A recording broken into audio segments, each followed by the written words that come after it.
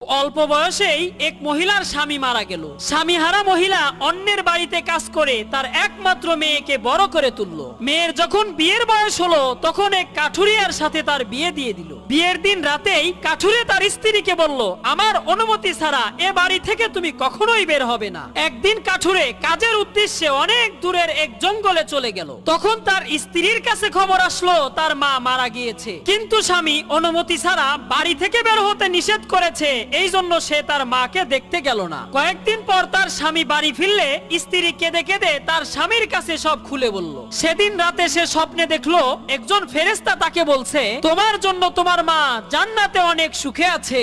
সেদিন যদি তুমি স্বামীর কথা অমান্য করে তোমার মাকে দেখতে যেতে, তাহলে তোমার মাকে সেই পাপের ভাগীদার হতে হতো। বন্ধুরা, আল্লাহ ছাড়া যদি কাউকে সেজদা করা যেত তাহলে সেই স্থান স্বামীরাই পেত। এই জন্য স্বামীর অবাধ্যতা